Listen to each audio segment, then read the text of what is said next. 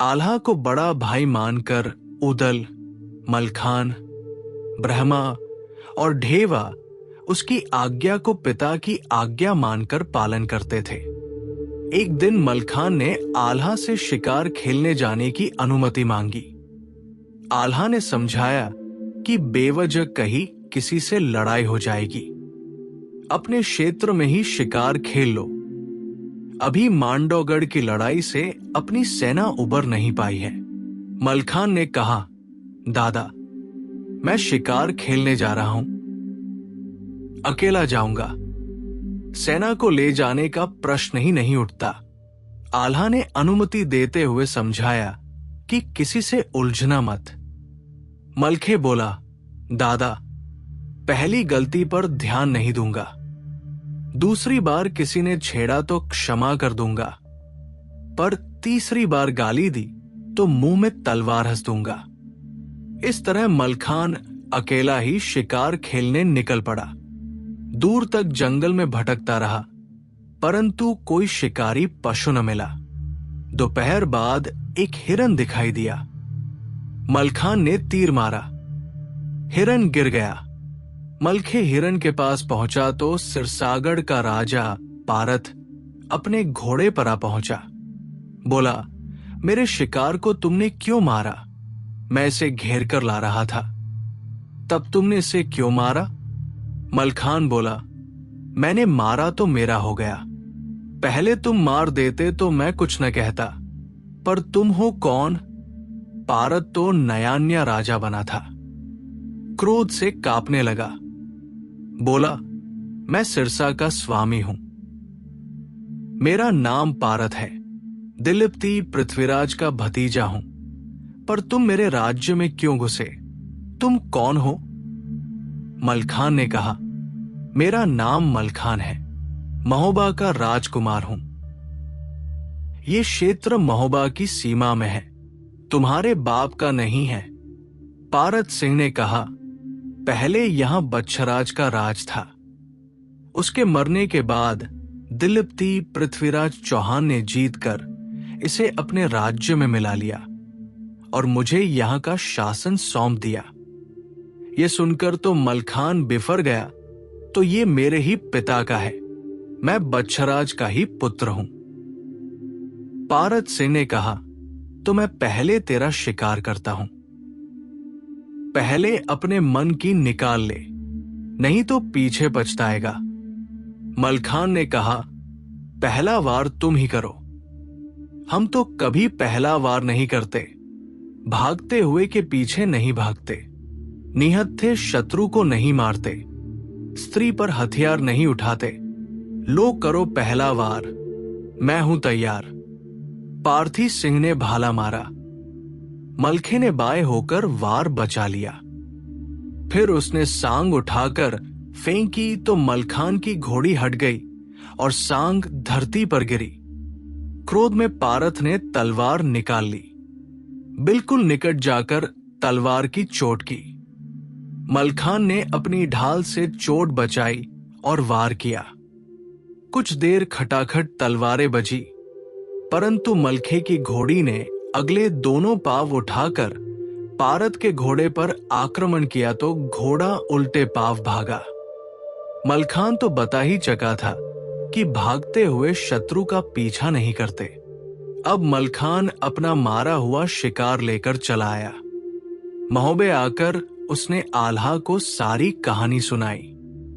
फिर सिरसा पर अपने अधिकार की बात कही। आल्हा ने कहा, उस विषय पर तो बात राजा परिमाल से होनी चाहिए। ये दो राज्यों का मामला है, नीति का प्रश्न है। आप राजा से चर्चा करो। राजा परिमाल का दरबार इंद्र के समान शोभित था। मलखान ने प्रवेश करते ही प्रणाम किया और फिर राजा के समीप पहुंच गया। राजा परिमाल ने उसे अपने निकट बैठा लिया और पूछा, बेटा मलखान, आज क्या समस्या आ गई? क्या किसी ने अपशब्द कहे या मुझसे कुछ लेना चाहते हो? बिना संकोच कहो। बेटे, मेरा सब कुछ तो तुम्हारा ही है। ब्रह्मानंद से पहले तुम मेरे पुत्र हो। तुम्हारे पराक्रम से आज महोबे की शान है। तुम्हारे लिए मैं कुछ भी देने को तैयार हूं। तब मलखान ने कहा, सिरसागढ़ पर मेरे पिता का राज था। मैं अपना राज वापस लेना चाहता हूं। आप युद्ध की अनुमति प्रदान करें। राजा परिमाल समझाने लगे, तुम महोबे के राजकुमार हो। शांति से अपने राज्य में मौज करो। सिरसा की इच्छा ही मत करो। दिल्लिप्ति पृथ्वीराज से शत्रुता करना हमें भारी पड़ सकता है। बैठे बिठाए हम मुसीबत मोल क्यों ले। मलखान की समझ में कोई उपदेश नहीं आया। उसकी तो एक ही रट थी कि हमारे जवान होते हुए हमारे हिस्से पर कोई और राज क्यों करे। ये हमारी शान के विरुद्ध है। अतः वो तो युद्ध की अनुमति के अतिरिक्त कुछ और सुनना ही नहीं चाहता। मलखान बोला, मैं खुद आग में कूदना चाहता हूं। मैं स्वयं मृत्यु का स्वाद लेना चाहता हूं। आपने मुझे पाला है, प्यार दिया है। आपकी अनुमति चाहता हूं। विवश होकर नम आंखों से राजा परिमाल ने कहा, अच्छा तो यही रहेगा कि पृथ्वीराज से शत्रुता मोल न ले। परंतु यदि सिरसा लेना तेरी जिद है तो जा, मैं तुझे आशीर्वाद देता हूं। तेरी विजय की कामना करता हूं। मलखान ने राजा के चरण स्पर्श किए और तुरंत दरबार से चल पड़े। उसमें एक अदम्य उत्साह था। वो रानी मल्हना के पास भी आशीर्वाद लेने गया। माता मल्हना ने उसे पुचकारा, छाती से लगाया और विजय के लिए आशीष दिया। परंतु अकेले जाते देख उनकी आंखों में आंसू थे। अंत में वो माता तिलका के पास गया। उनसे भी गले मिला, चरण स्पर्श किए और चल पड़ा। तब तक और सैकड़ों साथी पहुंच गए। मलखान ने उन्हें लौट जाने को कहा, परंतु वे सब साथ चल दिए। बोले, साथ खेले, साथ खाना खाया, साथ पढ़े और साथ ही युद्ध कला सीखी, तो अब साथ जीना मरना है। हम तुम्हारा साथ नहीं छोड़ सकते। मलखान अपने साथियों के साथ सिरसा की ओर चल पड़ा। घने जंगल पार करके जब सिरसा 3 कोस रह गया तो उन्होंने काफिला रोक दिया। रात को वही विश्राम किया। प्रातः उठकर नित्य कर्म से निवृत्त हो युद्ध की तैयारी की।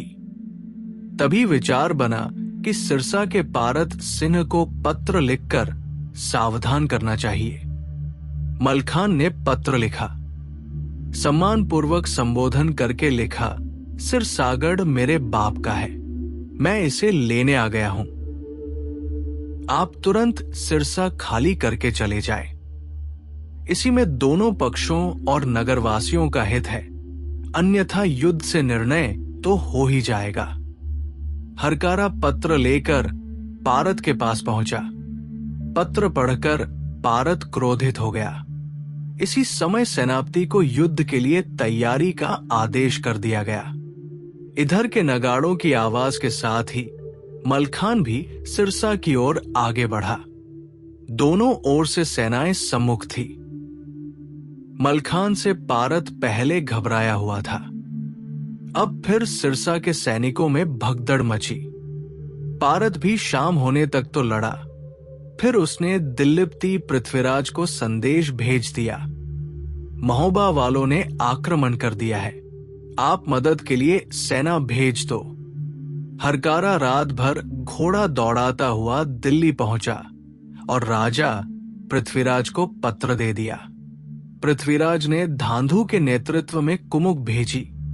साथ ही धीर सिंह को भी संदेश भेज दिया कि वो अपनी सेना ले जाकर पारत की सहायता करे। इधर प्रातः होते ही महोबे में राजा परिमाल ने आल्हा से कहा, यदि मलखान को भगवान न चाहे कुछ हो गया तो जगहसाई होगी। सब कहेंगे कि अकेले लड़के को भेजकर मरवा दिया। अब सेना लेकर सिरसा पहुंचो और मलखान की भरपूर सहायता करो। महोबे की सेना, तोपें, हाथी, घोड़े और पैदल सब आनन फानन में तैयार होकर चल पड़े। उदल के नेतृत्व में सेना सिरसा पहुंचने लगी। जब आल्हा को पता चला कि धीर सिंह भी लड़ने को तैयार है, तो आल्हा भी अपनी सेना को साथ लेकर मलखान की सहायता के लिए चल पड़ा। धांधु, चौंडा और चंदन की फौज तो दिल्ली से सिरसा पहुंच ही रही थी। धीर सिंह और आल्हा आमने सामने टकरा गए। धीरज सिंह ने कहा कि सामने से अपना घोड़ा हटाओ। आल्हा बोले, हमारा घोड़ा कहर है, आप अपना हाथी दाएं बाएं कर लो।